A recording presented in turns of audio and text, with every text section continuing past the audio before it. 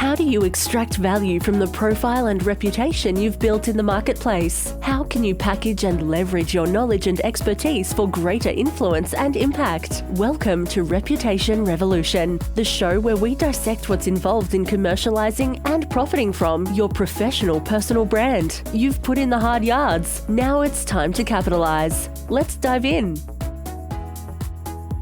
G'day and welcome back to the Reputation Revolution show. This is where we look at all things professional personal branding and monetization of said brand. Got a terrific guest today, and her name is Anne Scottlin, and we're going to be talking about going global with your personal brand. So we're thinking big today. Anne is an author, a coach, a speaker. She's a podcaster and live streaming host. She's also an actress, a director, a producer, an executive consultant with a number of companies, and has a following of over 200,000 people on her social media channels. And just in case that wasn't enough, she's also got a graduate degree in medieval history. And welcome to the show. Oh, thank you, Trevor. I think that's like the best welcome I've ever had. Thank you for reminding me. We have to affirm ourselves sometimes. Like, I did that. Indeed. Now, well, that was the top line of the story. What's the bottom line, as it were, in terms of your story? I've gone top line, but what are you doing now, and where are you based? Okay, excellent. I just got back from Portugal, back to California, but immediately left again, and I'm now at my parents' house for a few days to help them with a move they're doing. And as usual, have a bazillion things going on in court, including launching of my many podcasts and shows. Tomorrow, a brand new show called Launch It, the Podcast Maestro, which is right up your alley. And yeah, so that's just what's happening this week. All right. So we've caught you at a really interesting juncture. So we will get into that, what you're launching a new show, what's involved, that side of things. But we also want to talk about, thinking big, going global, and how to manage the multitudes of communications channels that you do use. And so let's start in that vein, I guess. So, I guess in an era where we're told to niche down, I mean, you are covering a lot of things in terms of what you're doing, particularly, your coaching and your, consulting, but, doing a lot of podcasting, live streaming, video shows. If someone asks you, what do you do? What's your answer to that today? Sure. Well, I'm a social entrepreneur, first and foremost, because that's something I'm very passionate about, which, as your listeners probably realize, I'm still trying to educate the Americans on this, but hey, no offense, guys. A social entrepreneur is an entrepreneur who, instead of their number one focus being income, although that is the number two focus, it's income or impact measured for social and or environmental change. So that is, it's like the big companies doing their social enterprises, but it's just when you're an individual doing it. I think every entrepreneur could be a social entrepreneur with the most minor tweak. And quite honestly, it's really good for your business. There's my spiel. I am also an active coach and consultant. I have my best-selling book, Live for Joy, which is really something that was born back in, I say it was born before COVID, because it was absolutely almost ready to be published when COVID hit. And then everyone thought I wrote it because I was bored and it was COVID. It was actually already written. But anyway, which is all about a little bit of a philosopher I have in me, art lover, photography lover, and it's all about motivation and inspiration for living a quality life. So there is that. But on a day-to-day basis, I work with my clients for a while there. Quite a while, I was coaching social entrepreneurs, also regular entrepreneurs. And in the last 6 months, I've been transitioning into primarily coaching people in media. So coaching people how to have a global presence that really guides them and makes them the thought leader in the field where they're already an expert, whether that's in their world-class podcasting or their social media. So that's kind of where the territory has taken me, and I'm really loving it because Hollywood and production and my own experience, that's kind of like I can do that with my eyes closed. So I love that. This is, this is evolution too, professional evolution, which is, something we all do, and we've got so many more opportunities today. So I'd love to unpack that in a tick. But what's the backstory in terms of Hollywood? And obviously, now had acting and producing and that side of things, which is, that media side, as you said, it's something you've done for a very long time, and now you're going to help others to be in front of the camera. But walk us through the Hollywood experience. Yeah, so it was so interesting. I didn't grow up in that world at all. I actually grew up extremely conservative, lived rurally, very isolated, homeschooled till I was almost 16.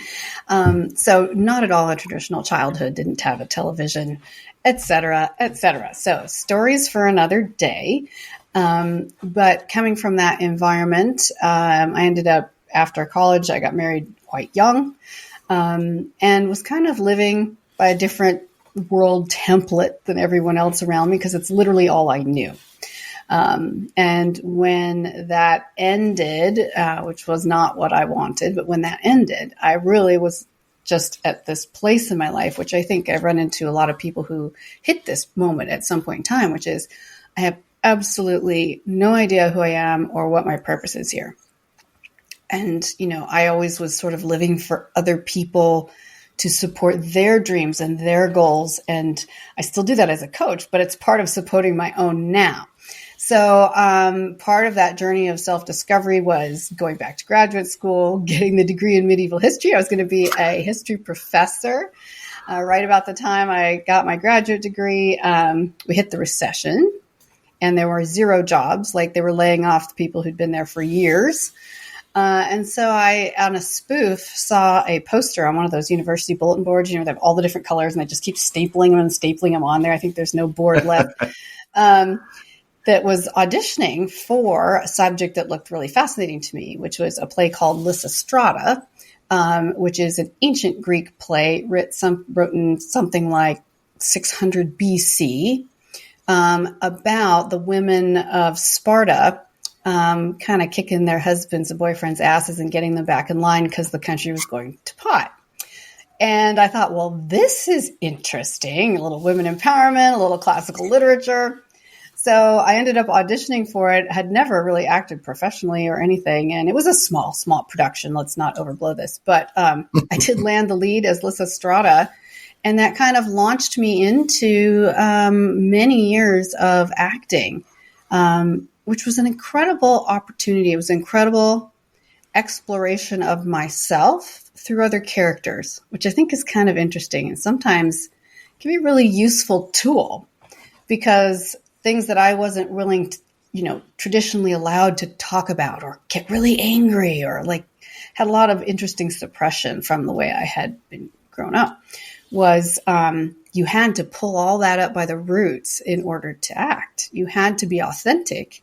And if that meant getting therapy to get to those closed off, blockaded places, then I had to do that. So it was the most intense kind of therapy plus real therapy that I had ever experienced, but also enormously satisfying because the creative in me was able to really stretch and explore and like never before, with kind of be outside the box. And once the cat is out, you know the rest.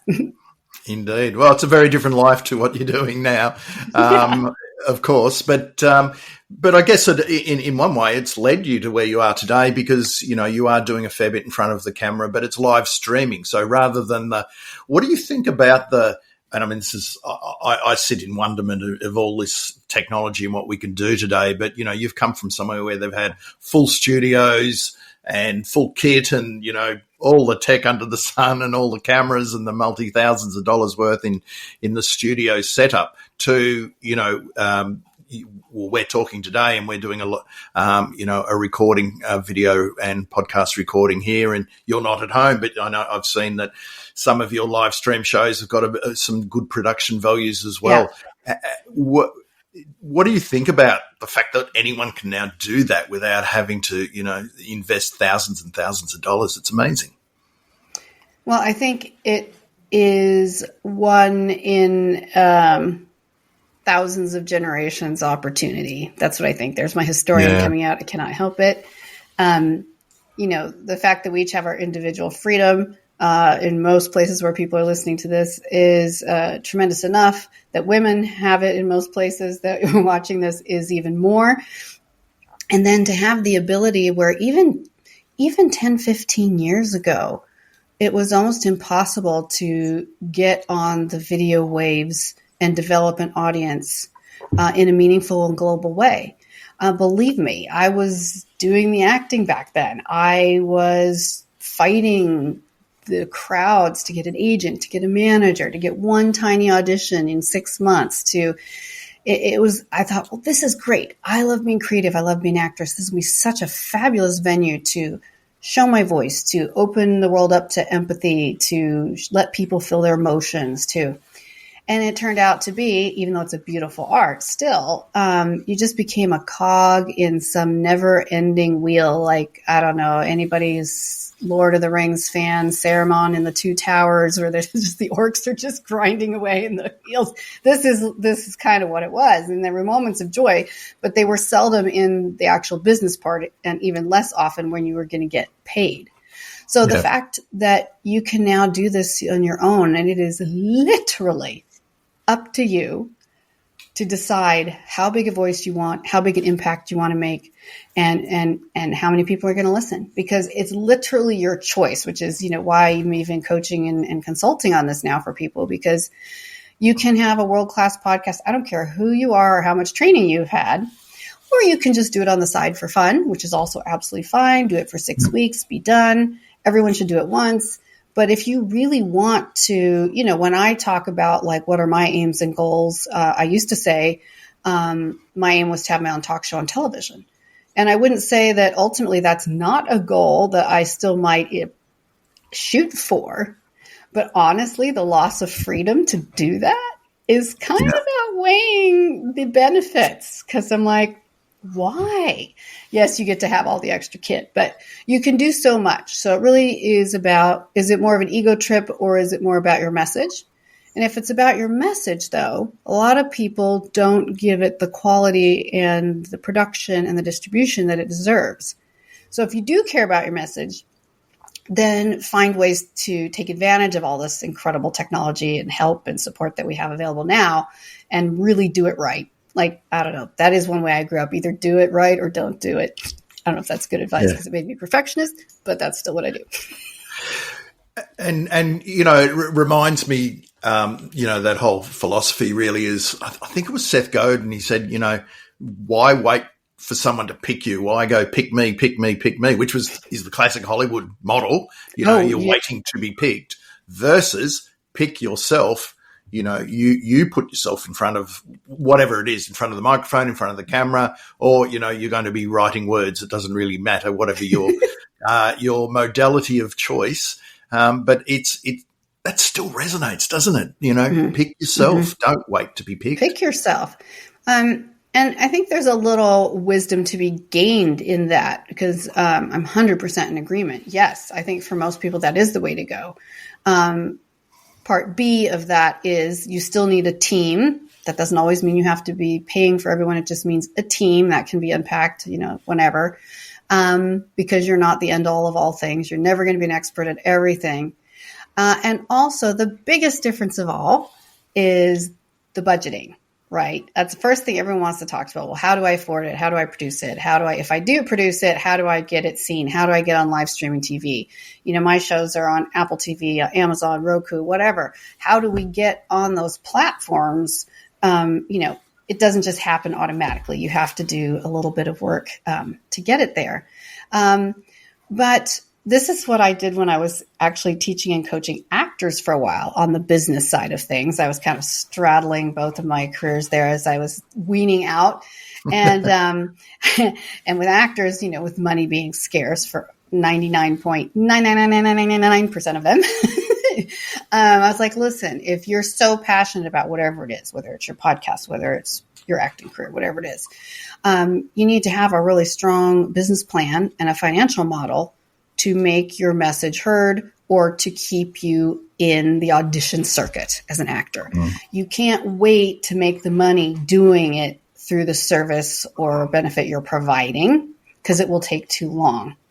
If you hit it right and you're lucky, awesome. But what is your day job, or what is your remote night job, or what is the budget, or who are the investors that can keep you on the air and have you deliver a quality product that's really going to get views and all over the world and really spread your message, give you speaking opportunities, book writing opportunities.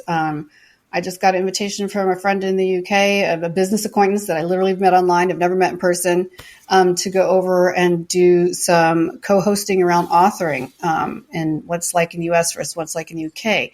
So these opportunities all came up, though, because of the podcasting. So again, you make a choice, but it has to be a choice with wisdom. And I say that with the deepest compassion for two reasons, and I'll stop talking. The first is, as an actor especially, most actors are incredibly sensitive, regardless of the personalities they play, and really honestly want to make a difference in the world. They're deeply feeling people.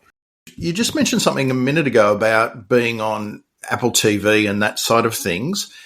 This is a tech, because obviously people now, I read a stat the other day that something like 50% of YouTube viewing is now on the television. So, and that, I guess that goes to how can you improve production values a little bit when you pop up on some of these monster screens.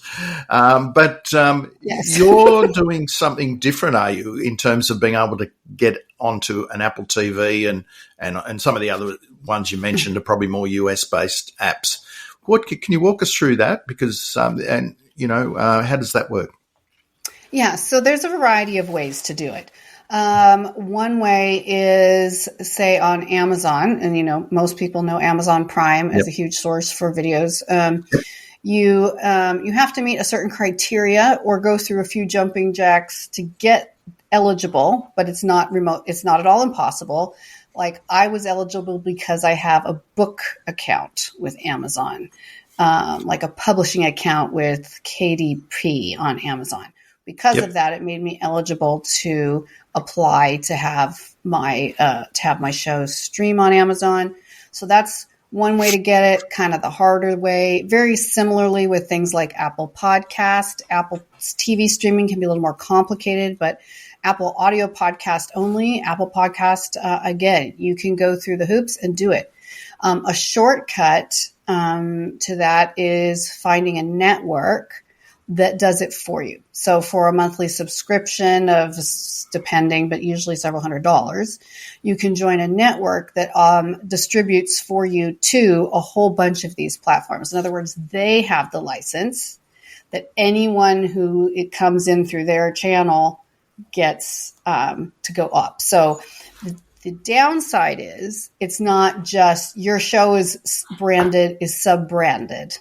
Right. So your show comes in under the network name. And I'm not talking about Apple here. I'm talking about, like ABC, streaming television network, whatever, right? That's strictly a streaming and video podcast media, right? So you can, and that's a way to break in, get your name out there, have people get used to watching you. And then in the meantime, you could be applying to have your own direct channel and meet those criteria. That said, I was fortunate enough just a few months ago to be referred to a free consultation because of some of the social entrepreneur work I was doing with a huge music media mogul who was helping advise social entrepreneurs in media and marketing and branding. And we had a one-on-one call for about an hour from his New York office. And I asked him some specific questions. I said, okay, so how can I get on even bigger networks? How can I get on local television? How can I get on local BBC? How can we get on, I kept pushing that. And he said, Anne, really, you can do all that. That's great. And this is, you got to just figure that New York, no nonsense, no things spared. He's like, all you need is YouTube, honestly. He's like, that's what everyone on the planet goes to when they say how to blank anything. It's YouTube or Google. That's it. And if you're on YouTube, you're on Google. So, correct. And he said, counting your views all in one place is is really helpful to your metrics, right? So if you can be just garnering them all in one place, go for it. If you feel like you're going to create more coverage, create a wider marketing net by going on these other platforms, go for it. But you are doing yourself a little disservice in the sub-branding because it's under the umbrella branding ABC network, whatever, ABC streaming podcasting network, right? So I thought that was just a really good advice. And so I still do both, but then you get there's the whole picture. Yeah. Well, and when you're saying ABC, you're saying that as a generic, not the ABC. Yeah, that's why I was like, wait, we should have said XYZ. We have an ABC, which is the and national we have an broadcast. ABC. Yeah, you have a different one. What's the one that you've been under? So I've been under USA Global TV, which is a small streaming network, which I highly recommend, with some but limited coverage, primarily YouTube, although they're breaking into Roku right now. One of the advantages is you get to benefit from all of their channels' views and followers. So so all 40,000 of their followers are many of those are likely to watch each episode you put up. So you get, I'm pitching here for you, Jacqueline, just listen. No, everyone you put up, has that greater audience that you didn't necessarily have to earn all by yourself by, making 500 episodes before you got up to, bigger views. Another one doesn't count views as directly as that because it's different platforms is E360 TV, which that's one that can link you up onto Amazon, Apple, Roku, several other platforms, again, for a monthly fee, again, under the branding of E360 TV. But if you go to your phone app and you look at E360 TV, then you can search my name or the subject or the title of my show, and then it populates and you can see all my shows, all my previous shows. So that's one way to do it. And those are a couple of the platforms among many that I know, but those are a couple that I've used in the past. So are they more for live stream or can it be pre-recorded? They're designed for live stream primarily, yes. And this is one of also the best kept secrets, which is kind of why, in my new show, launch it, the Podcast Maestro, you're going to get so much more of this. I won't go into everything today. But yeah, so live streaming, which is incredibly popular. Some people are live stream devotees, meaning they actually count on their mess ups and mishaps to garner them likes, views, and followers, as in the unknown gets people's attention, right? Yeah. It's a little bit more like, anyway, like, those live TV programs, Survivor, whatever. Yeah. On the flip side, I've done both ad nauseum. My preferred version is recording because I have a fairly high production standard. And every guest you have, there's a chance their internet isn't working. Like I have that, they're in and out and their lips are moving behind their voice. And there's so much you can do in post. You can't cure everything, but you can really fix things. Or, a dog barks like deafeningly. You can't even hear UPS man, whatever. Well, then your ability when you're streaming, then you stream a pre-recorded show, and there's just ways to do that and set that up, even schedule it, so it will go on and say live, but it's a pre-recorded show that's streaming. And then if you're using one of the bigger streaming platforms, I'll just use one for example, like StreamYard, you can stream not only to your YouTube channel but also to Instagram Live, LinkedIn Live, Facebook Live, YouTube Live. You could just on it go. So it gives you, in my opinion, the best of both worlds. But that's also the nature of my content being professional content for experts as opposed to just like we're going to have a blast and like shoot tin cans today. So yeah. So the takeout here is that look, if you really want to think big and really tap into bigger audiences, there are ways to distribute your content over and above what you can do yourself. But even what you can do yourself today is amazing. We're talking live here, live streaming. which used to be a hideous expense to actually do. And now we have the technology basically for free or not too much money down. But what you're saying is you need and I've used StreamYard before. That I highly recommend them. You've got to you go through StreamYard, and then you can, I guess, syndicate it out to what other now. It's YouTube, Twitter, LinkedIn. You can't go directly to LinkedIn Live anyway. You need a intermediary like StreamYard, Facebook, Instagram. I think you said, and it's just amazing technology. And but that. You can only do that live. You can't pre-record and then stream that. Well, that's the secret. I pre-record and stream live. Yep. It's a little it's really about how informed viewers are in technology. They really don't care at all. Here's the difference. The difference is it'll be blinking live because it's streaming from a server at this moment onto YouTube, onto LinkedIn, whatever. So the audience sees that it's live. It is pre-recorded, and most of mine, I've done them all different ways, but typically in the recent months, I've been doing pre-recorded. Your disadvantage is this, and it really depends a lot on the nature of your show.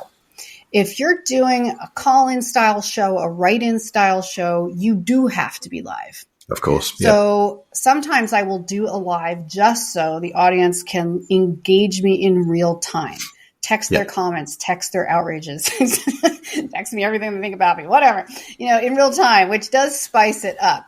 But it also comes with those production risks or guest tech risks that you deal with. But I kind of like to think, if you do that once a month or once a quarter, it becomes a special event, and then you're still able to keep your everyday content high caliber.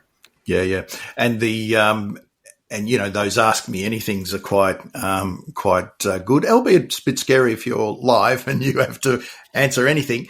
In terms of that, when you do the live ones and you're literally there answering and stuff, you said text. I know that some, with StreamYard, you can sort of see the stream and there's so much tech you can have. You can put the question or the comment up on the screen. What's your preferred way of doing all of that? I am a bit of a monofocused person.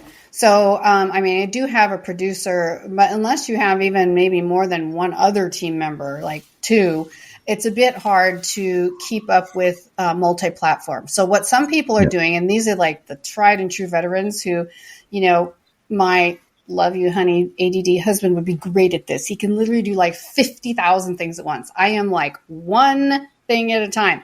So these people then, when they're podcasting live, they have literally like 6 screens, and they have all their social media platforms on each screen, and there's comments coming in on every single one that they're streaming to.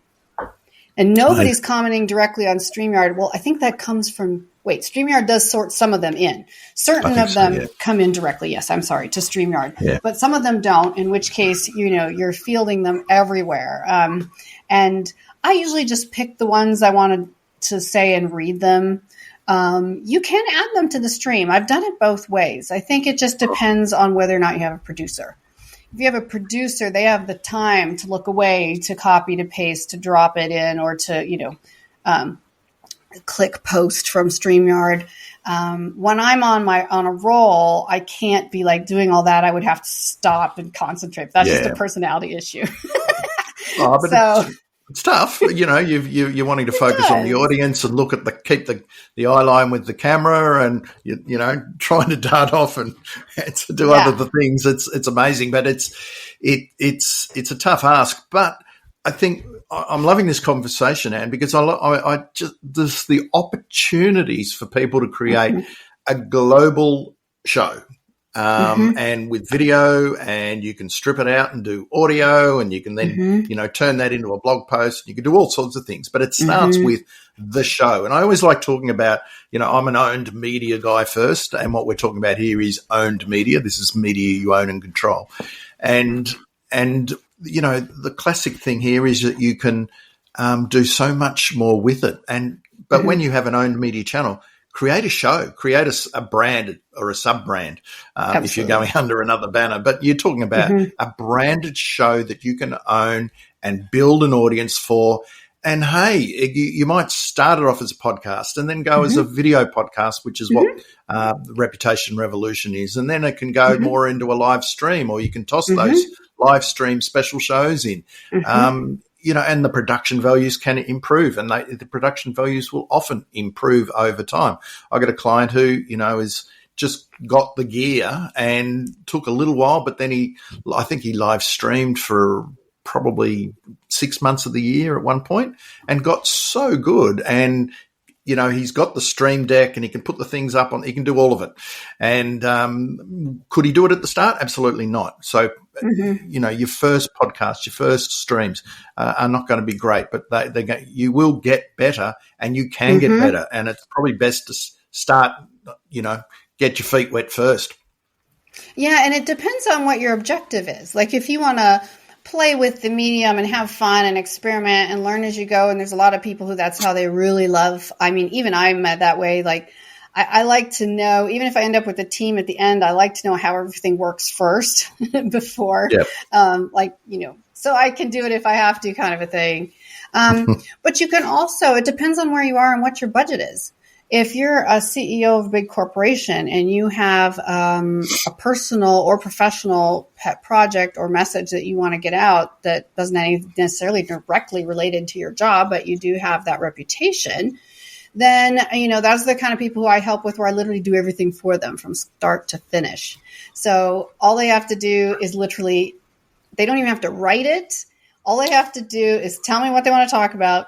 Show up, sit down for 20 to 30 minutes with me and my producer while we do all of the back work, and send them a production kit, everything. And then it's edited, distributed, promoted.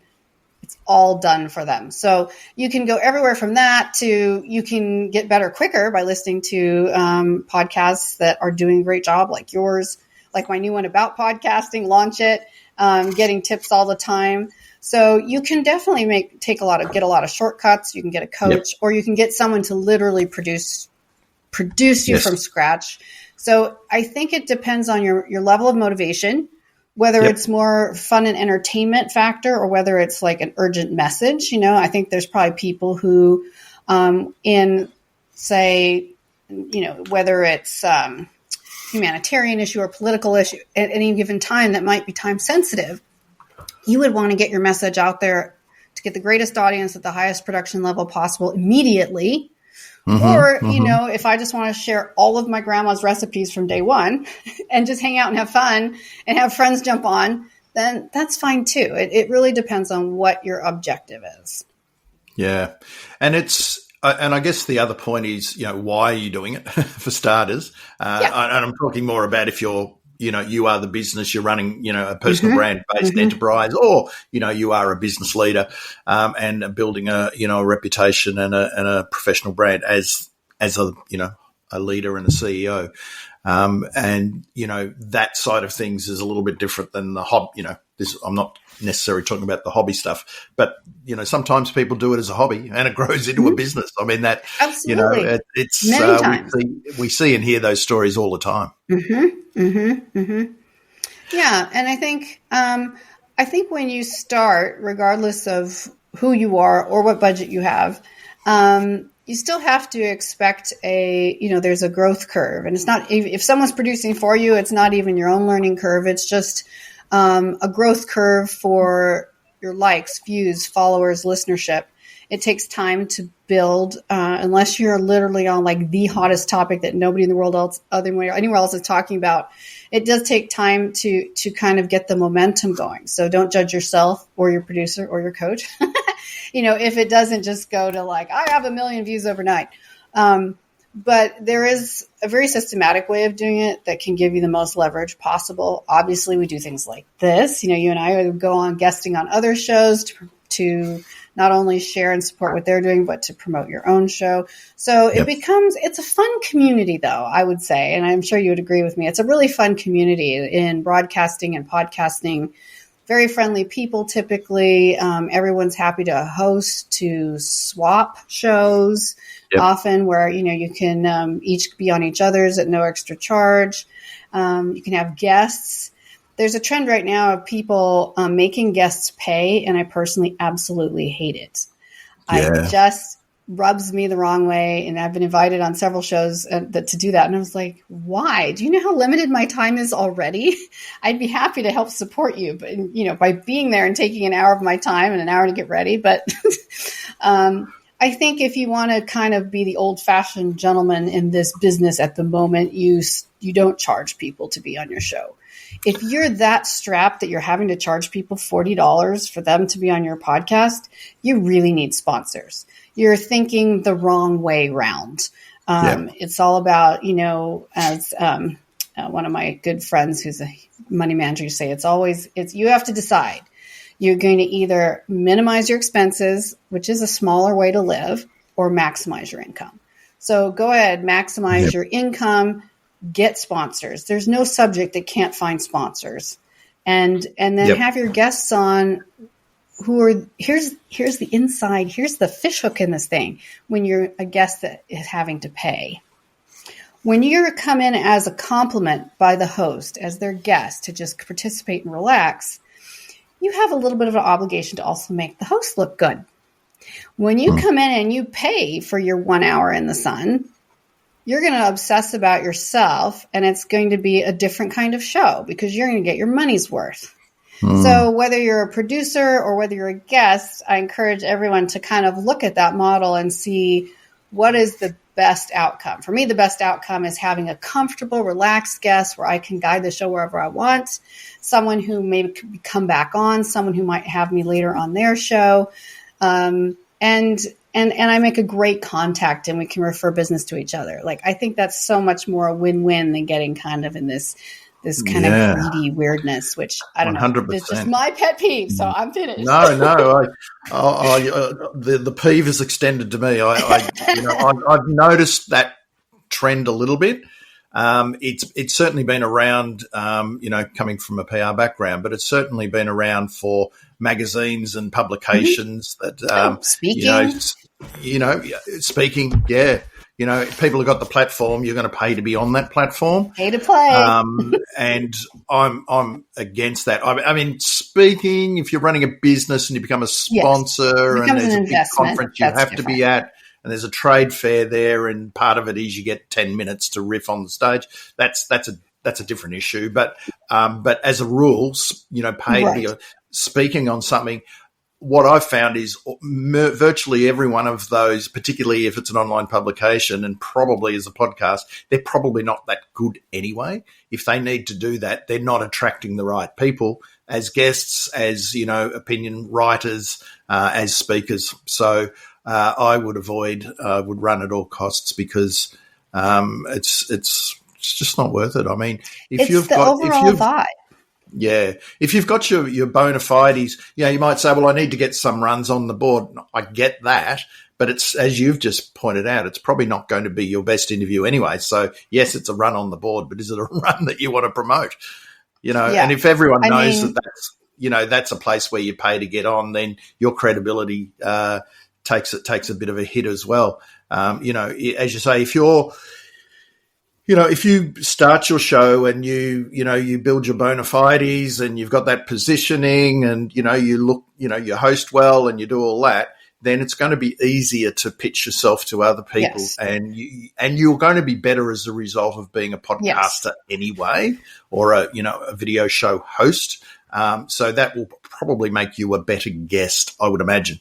Absolutely. The experience is really priceless. And if anyone's going to pay, and there are going to be people that really hate me for saying this, but it's you paying an appearance fee to a name person to be on your show. It's not getting mom and pop people to pay to be on your show. It's you paying someone from the mainstream media their standard appearance fee, which is mandatory through their agent, to have a big name, a big author, whoever that is, come and guest on your show. That's how the business works. And that's really the best format if you're going to do it that way. Yeah. That's interesting. So to kick off, if you're finding it hard to get a bigger guest, you might start with some friendlies and that sort of stuff. But if you wanted to start kicking along, you pay to get someone on your show. And I guess that's pretty legit. Yeah, because those people they won't go for free anyway. It would have to be a favor to their mother's best friend. That's like that. Other than that, even then, their contracts may not allow it. A lot of these people no one realizes, they think, they've got it made. Everyone lives enslaved to a contract. Everyone has to live within certain parameters. Actors. It was always amazing to me how actors who could get tremendous opportunities for an amazing film, but for internally political reasons and agents and managers, they couldn't do it because they told them no. Like, it's just fascinating. So the bigger the name, the more rules they live under too, which is kind of not how we all see celebrities. We see them all as like they can do whatever the heck they want, right? But in general, I think the other way to have a good podcast, of course, is to watch a lot of podcasts. So watch a lot of video podcasts. Are you staying current with the way people are doing things? Because I still see video podcasts that are like people hanging around their kitchen and just, practically a robe talking about business. And I'm like, okay, it's a free country. You can do that. But like, they're just rambling. They're talking about what their dog did yesterday. How long do you think your audience is going to stay tuned? Most podcasts, by the way, are too long. Yeah. The average listening time is between 5 and 20 minutes. And those are for only the people who stay on past the first 5 minutes.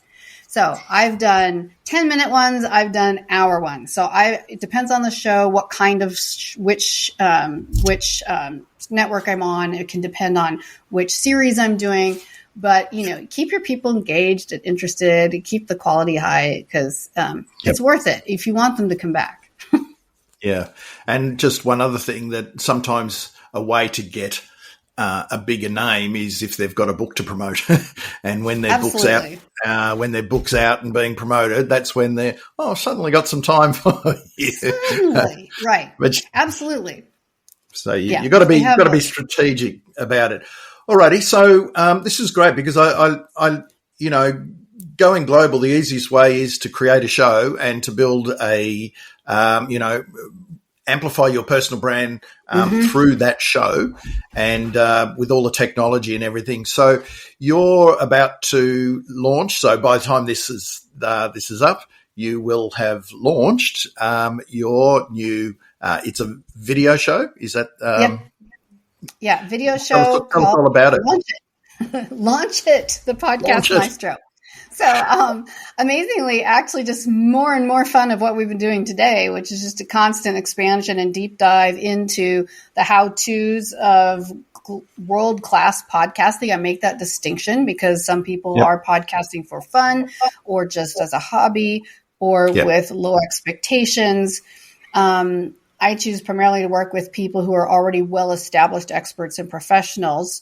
And to an extent, they're already known or they already have branding, but they want to take it global instead of local, et cetera, et cetera.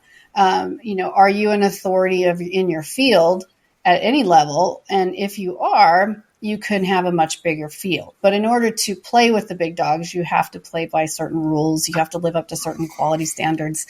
You have to have certain kind of etiquette. It's just like you can't just walk into CNN and sit down and be a news anchor on day one or ever. Usually most people never get there. But, I mean, there's a lot to learn and there's a lot of, rules and there's a lot of the production and digital elements that are mind-boggling. But I think there's a way for anyone to do it, and that's what we do. We have a lot of fun. We're just chatting on that show. I'm giving you my secrets, which come all the way from Hollywood, from being on the camera, being on the side of the camera for many years. I can even coach people in their training, in their presentation, in their wardrobe, and how do you keep the shine off on if you're a guy but you don't want to wear makeup, or like down to the nitty gritties. Green screen, no green screen, lighting, what kind of mic, and et cetera, et cetera, et cetera. What is your interconnect connection? Are you using an Ethernet cable? Don't rely on wireless. Like, it's endless. So there's so many great things and to explore, and I'm going to be having some really fun guests on as we go. Not every week. I'm going to enjoy doing some solo work again. I haven't done that for a while. But then we'll also be having some great guests on there. So if you like good stories and you want to come by have a laugh, and learn something about how you can make your brand global, yeah, come on over. Launch it. Launch it. Launch it. The Podcast Maestro. That's going to be streaming. If nothing else, you can find it on my YouTube channel as Anne Scottlin, as well as many other places. And that's streams at 12 noon Eastern on Wednesdays. So that's 5 p.m. GMT. Terrific. And if people want to connect with you, what's the best way? Sure. Just shoot me an email directly. It's contact@annescottlin.com. If you're just listening, that's ANNE. Scottlin is SCOTTLIN. Contact@annescottlin.com, or follow me at Anne Scottlin on any of the platforms. Reach out, message me, and I'll definitely write you back. Terrific. Well, thanks very much for sharing a lot of that. And yes, I highly recommend, even though I haven't heard it yet or watched the show yet, I'm tipping it's based on today's value bombs and a lot of stuff that learning a lot more about what is an exciting field. And, if you're serious about doing this, and there is a bit of work involved, but you're only going to get better at presenting and understanding the back end of things. And you know what? That puts you so far ahead of your competitors. It's not funny because they ain't going to do the work. Yeah. And it's really fun. And I would say just my last comment is, if it's something you're passionate about and that you already know you want to do, anyone can do it. You don't have to be an extrovert. You don't have to be a movie star. You can get your message across with the right tools, with the right help and support. There is a spot for absolutely everyone. So if it's just getting started, that's the challenge, then, you can reach out to people like Trevor and myself and get that initial boost to get you going. Again, as I said earlier, it's not just about you. It really is about a team. And that team is whether that's just friends that are experienced or it's professionals. You need that team to really to make it easier for you, to make it more fun, and to have a better product. So come on over, have fun. Great advice. Thank you very much, Anne. Thanks, Trevor. It's always a pleasure. Thanks so much for having me today.